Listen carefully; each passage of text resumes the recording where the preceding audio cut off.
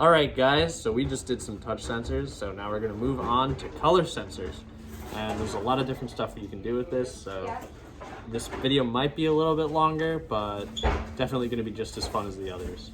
All right, let's get into it. All right, guys, so we're here on my computer, and let's code a color sensor. So first thing, it's going to be pretty similar to a touch sensor. Private color sensor, and then you can call the variable, again, whatever you want, but I like color, it's easy. And then we just have to hardware map.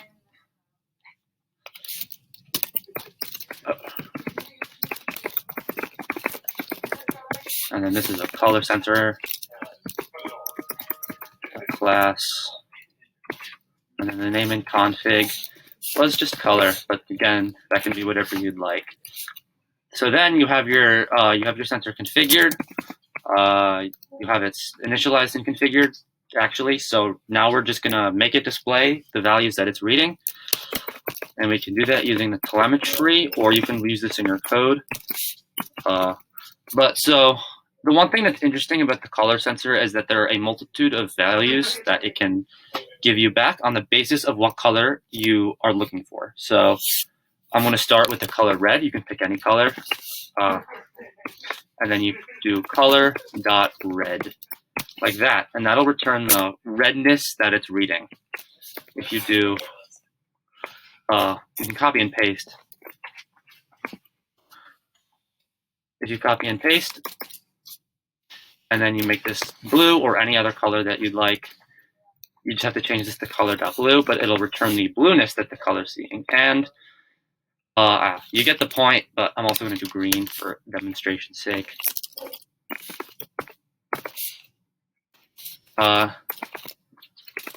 So yeah, there you have it. We have all of our color sensors. We have them initialized.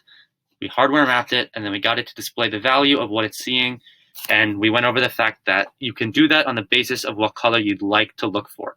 And a lot of times, different colors will still read different values between these three. So it doesn't matter too much which one you pick, but sometimes one will be better than the next. So now we're going to jump into running this program, and we're going to see how it displays on the telemetry and how you can use it to actually see different colors in action. So we will see you then. All right, so we're here with our color sensor.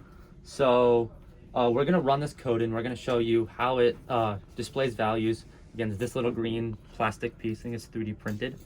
We have red tape, and we have a top of a blue motor here. So That's a joke about bureaucracy. All right. Anyways, so here, we're gonna get the code up.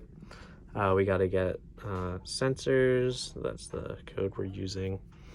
So yeah, we're gonna run the code, and you can see it's gonna display three values based on what David has. So as I bring the color sensor close to the green, you can see the green value. So the blue value, which is like close to green on the color wheel, is going up a little bit, but the green value has gone up a lot. It's almost like 3 times the amount ish that the blue is. So now you can move to that. I'm gonna move from green to red.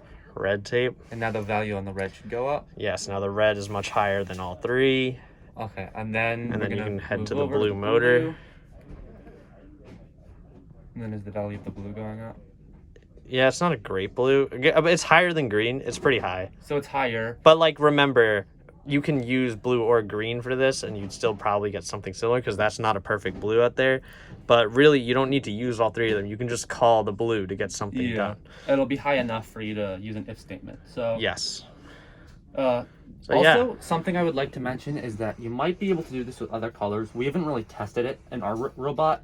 All I ever really used was blue, but you can use... I think we used white. You might have used white. But I think we used white. I think there are a multitude of different colors that you can use, and there are probably a bunch that you can't, so I'm going to leave that to you guys to play around with and see what you need, because it really depends on what the competition is going to be like and what you need for your particular functionality. Okay, so I hope you enjoyed that video. You saw a color sensor programmed, and you saw it running, you saw it displaying the values that we needed it to display. So that's good, and you can use that on your robot as much as you need. So in the next video, we're going to get into gyro sensors, and we're going to start to talk about how we can use them to detect motion in the robot and use them to figure out the location of the robot at different points in time throughout its running of code. Also, by the way, we will probably have a logic video with some of this color sensor, probably in the future. like showing you how to use like motors with some of the sensors Yeah, as putting well. everything together. We've done a lot of different components, and we're gonna keep doing more.